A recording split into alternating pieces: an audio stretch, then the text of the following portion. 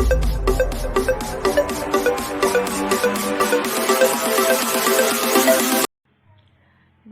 Assalamualaikum warahmatullahi wabarakatuh. Terima kasih atas kesempatannya.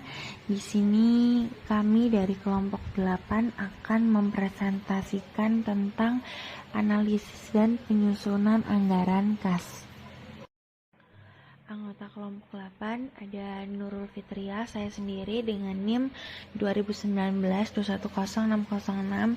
Ada Amelia Putri Yuristo dengan NIM 2019-210616. Aprilia Dewi Kumala dengan NIM 2019-210617.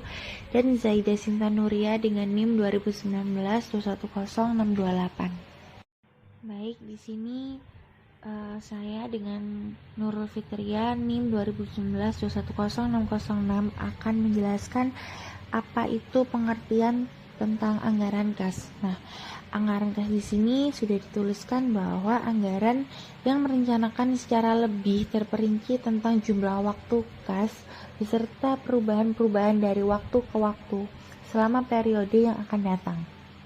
Nah, perubahan yang berupa permintaan kas maupun perubahan yang berupa pengeluaran kas. Kas adalah salah satu aset yang menentukan anggaran berjalan atau tidaknya operasional perusahaan. Bahkan, perusahaan harus memastikan ada kas untuk periode yang akan datang beberapa bulan sebelum periode baru dimulai. Tanpa kas, dipastikan masalah keuangan suatu usaha akan terhambat. Meskipun dalam jangka pendek mungkin bukan suatu masalah yang besar, tetapi jika dibiarkan secara terus-menerus, maka perusahaan dapat mengalami defisit.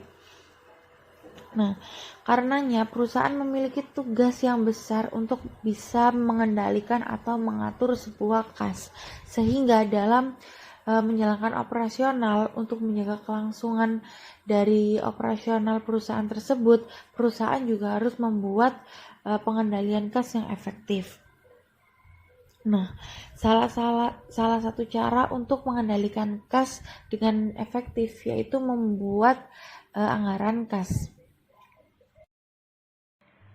Lalu di sini ada tujuan penyusunan anggaran kas. Yang pertama adalah alat memantau keadaan kas secara terus-menerus. Jadi jika kita sudah membuat penyusunan anggaran kas, kita bisa mengetahui keadaan kas tersebut secara terus-menerus, lalu memberikan gambaran posisi kas akhir setiap periode dari kegiatan operasionalnya.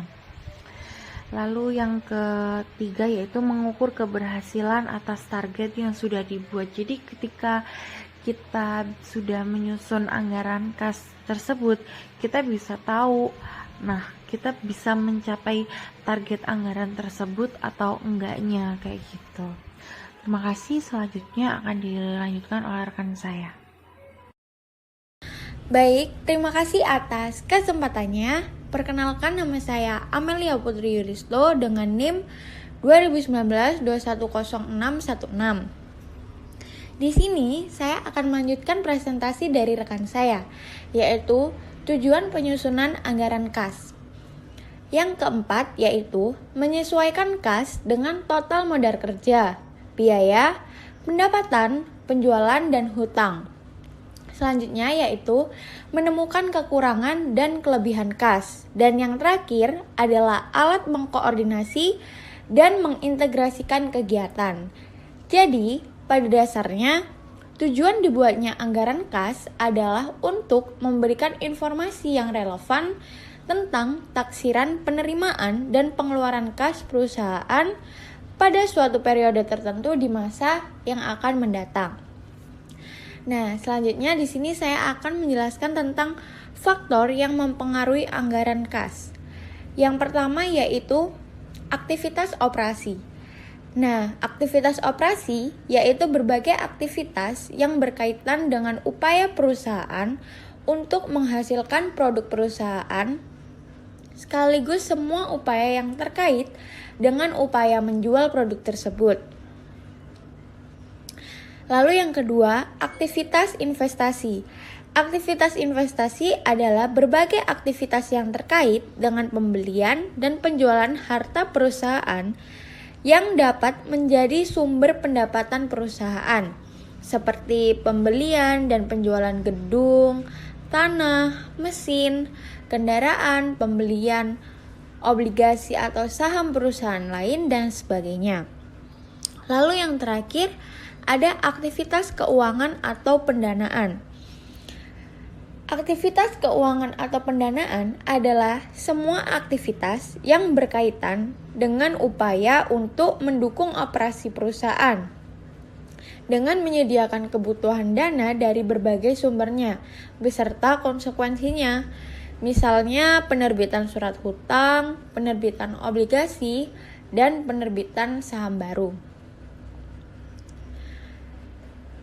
Lalu next, di sini saya akan menjelaskan tentang pendekatan dalam penyusunan anggaran kas. Nah, pendekatan dalam penyusunan anggaran kas ini bisa dibedakan menjadi dua. Ada pendekatan kas masuk dan kas keluar, dan pendekatan akunting keuangan. Di sini saya akan menjelaskan pendekatan kas masuk dan kas keluar terlebih dahulu. Metode ini didasarkan pada analisis naik dan turun kas yang dianggarkan yang mencerminkan semua arus kas masuk dan kas keluar dari anggaran jualan, anggaran biaya atau beban, dan anggaran tambahan produk modal. Metode ini sering digunakan untuk anggaran kas jangka pendek sebagai bagian dari rencana laba tahunan. Oleh karena itu, metode ini disebut juga dengan pendekatan anggaran kas jangka pendek. Anggaran ini merupakan alat operasional pengendalian kas sehari-hari. Jangka waktunya disesuaikan dengan anggaran tahunan. Anggaran kas jangka pendek sesuai dengan rencana laba taktis jangka pendek dan memerlukan rencana atau estimasi aliran kas masuk dan keluar yang rinci, yang secara langsung berkaitan dengan rencana laba tahunan. Sebagai contoh, estimasi penerimaan kas dari penjualan dan estimasi pengeluaran kas untuk pembelian mesin-mesin dan peralatan baru. Anggaran kas seperti ini terutama berfungsi sebagai alat pemberian otorisasi kas keluar yang secara terus-menerus disesuaikan dengan arus kas masuk dan situasi keuangan pada umumnya. Nah, kenapa disebut pendekatan kas masuk dan keluar? Karena dalam menyusun anggaran kas lebih dahulu ditaksir sumber kas masuk, kemudian ditaksir kas keluar. Setelah itu ditentukan apakah terjadi kelebihan kas atau kekurangan kas. Bisa dikatakan metode langsung karena metode ini langsung secara rinci mengidentifikasi dari transaksi sumber kas atau arus kas masuk dan belanja kas atau arus kas keluar. Nah, pendekatan yang kedua adalah pendekatan akunting keuangan. Titik tolak dalam pendekatan ini adalah laba bersih diubah dari dasar akrual menjadi dasar kas. Artinya disesuaikan dengan perubahan rekening, penundaan rekening bukan kas. Seperti beban atau biaya terutang, beban atau biaya bayar di muka, depresiasi atau penyusutan, atau penghapusan atau amortisasi. Pendekatan ini tidak membutuhkan data yang rinci dan lebih sedikit rinciannya tentang arus kas masuk dan arus kas keluar. Metode ini lebih cocok untuk anggaran kas jangka panjang. Oleh karena itu, metode ini disebut juga dengan pendekatan anggaran kas jangka panjang. Anggaran kas jangka panjang meliputi jangka waktu 5 sampai 10 tahun yang disesuaikan dengan perencanaan perusahaan yang telah disusun. Maka, jangka waktu anggaran kas jenis ini disesuaikan dengan waktu yang tercakup di dalam corporate plan tersebut. Kegunaannya yang terutama adalah untuk mengetahui kemampuan perusahaan, menambah dana dari sumber-sumber intern, dan sekaligus memperkirakan saldo kas pada akhir setiap tahun anggaran. Metode ini dikatakan pendekatan akunting keuangan karena cara penyusunan anggaran kas berdasarkan ikhtisar laba rugi dan neraca yang dihasilkan akunting keuangan. Oleh karena penyusunan anggaran kas didasarkan ikhtisar laba rugi dan neraca, maka metode ini bisa disebut juga metode tak langsung. Sekian presentasi dari saya, akan dilanjutkan oleh rekan saya. Terima kasih. Baik, terima kasih atas kesempatannya. Perkenalkan, nama saya Aprilia Dei Kumala dengan NIM 2019-210-617. Di sini saya akan melanjutkan presentasi dari rekan saya, yaitu mengenai cara menyusun anggaran kas. Ya, jadi dalam proses penyusunan anggaran kas, ini itu tentu memerlukan beberapa tahapan, sehingga nantinya anggaran tersebut bisa tersusun dengan baik atau sesuai dengan yang diharapkan. Untuk itu maka diperlukan beberapa tahapan-tahapan. Yang pertama yaitu ada tentukan arus kas masuk dalam sebulan atau biasa disebut saldo kas awalnya. Selain itu, dalam bisnis juga perlu menentukan jumlah penjualan yang didapatkan. Penjualan itu biasanya mencakup penjualan tunai dan penjualan kredit. Untuk penjualan tunai itu nantinya menambah nilai kasnya, kemudian penjualan kredit itu masuk ke piutang penjualan. Dan bisnis yang baik itu yang penjualannya banyak dilakukan secara tunai, sehingga nantinya membantu menambah nilai kasnya. Dan usahakan dalam bisnis penjualan secara kredit itu jauh lebih kecil dibandingkan dengan penjualan tunai, karena dari penjualan kredit itu kan pendapatannya belum bisa menambah nilai kasnya, karena itu masuk ke piutang pendapatan. Kemudian berikutnya yaitu tentukan arus kas keluar dari perusahaan dalam sebulan. Maksudnya yaitu mencatat semua pengeluaran dalam bisnis yang sedang dijalani. Misalnya ada pengeluaran biaya pembelian bahan baku, biaya iklan, biaya sewa bangunan atau tempat, dan masih banyak lagi. Yang intinya itu pengeluaran atau biaya-biaya itu nantinya mengurangi nilai kas yang tersedia sebelumnya. Selanjutnya, arus kas masuk harus lebih besar dari arus kas keluar. Maksudnya di sini semua bisnis itu pasti menginginkan aliran kas masuknya itu lebih besar daripada jumlah arus kas keluarnya. Ini berarti bahwa arus kas masuk bulanan harus direncanakan dengan hati-hati, dan arus kas keluar juga harus diminimalkan, misalnya yaitu melakukan efisiensi biaya. Tujuannya yaitu meminimalkan biaya yang nantinya dikeluarkan oleh perusahaan. Next slide. Ya, yang berikutnya yaitu saldo akhir untuk bulan pertama menjadi saldo awal bulan kedua. Yang mana di sini saldo akhir bulan pertama itu nantinya mempengaruhi saldo awal bulan berikutnya. Begitupun seterusnya. Berikutnya yaitu jika arus kas berubah negatif, Anda harus meminjam uang. Artinya dalam bisnis, piutang ataupun uang pinjaman itu bukanlah konsep baru. Jika arus kas berubah negatif atau bisnis menghadapi defisit, tidak ada salahnya jika harus meminjam uang untuk menutupi kekurangannya dari kas itu tadi. Meminjam uang dapat dilakukan dari keluarga, teman, investor, atau dari bank dan lembaga keuangan lainnya. Kemudian, jika arus kas bisnis sudah mulai positif pada bulan berikutnya, dapat membayar kembali pinjaman sebelumnya. Dan yang terakhir yaitu konsisten dengan anggaran kas selama periode yang direncanakan. Artinya yaitu terus lakukan anggaran kas setiap bulan. Usahakan agar pinjaman seminimal mungkin dan arus kas masuk harus maksimal mungkin atau lebih besar dari arus kas keluar. Baik, itu saja penjelasan dari saya. Selanjutnya akan dilanjutkan oleh rekan saya. Terima kasih. Baik, Assalamualaikum warahmatullahi wabarakatuh. Sebelumnya terima kasih atas kesempatannya. Perkenalkan, nama saya Zaidah Sinta Nuria dengan NIM 2019-21068. Di sini saya akan melanjutkan presentasi dari rekan saya, yaitu mengenai metode penyusunan anggaran kas, di mana metode penyusunan anggaran kas ini terdiri dari 3 metode. Yang pertama yaitu ada metode perkiraan kas atau metode langsung. Yang kedua yaitu ada metode ikhtisar rugi laba atau metode tidak langsung. Yang ketiga yaitu metode neraca.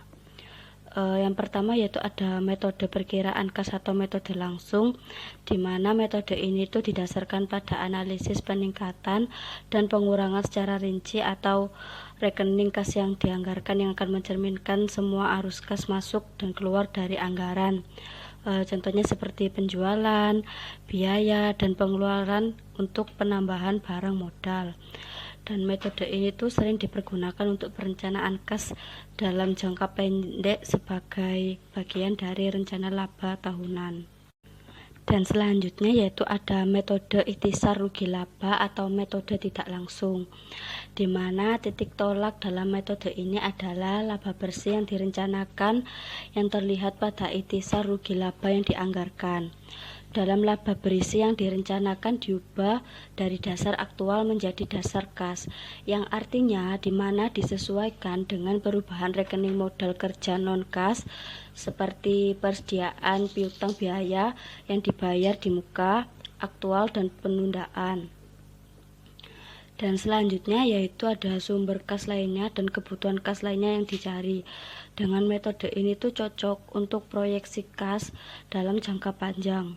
Dan untuk sejumlah perencanaan kedua pendekatan akan memberikan arus kas yang sama dan hanya berbeda dalam jumlah rincian yang diberikan. Dan yang terakhir yaitu ada metode neraca, di mana metode ini tuh sangat mirip dengan metode untung dan rugi yang disesuaikan. Dengan metode ini tuh semua item neraca dicatat pada sisi masing-masing kecuali kas. Dan kemudian neraca itu seimbang. Jika sisi kewajiban lebih berat dari sisi aset, maka angka perimbangannya adalah kas di bank. Demikian juga jika sisi aset lebih berat dari sisi kewajiban, angka perimbangannya adalah overdraft yang merupakan perpanjangan kredit dari bank yang diberikan ketika saldo dalam rekening mencapai 0. Contoh dari anggaran kas tersebut yaitu untuk contoh anggaran kas ini tuh dapat dilihat dari adanya pendekatan yang digunakan, yaitu jangka pendek dan jangka panjang. Dan di mana untuk jangka pendek ini tuh merupakan anggaran yang digunakan dalam jangka 1 tahun. Dan pendekatan ini tuh digunakan sebagai melihat situasi keuangan terhadap kas keluar yang terjadi secara terus-menerus.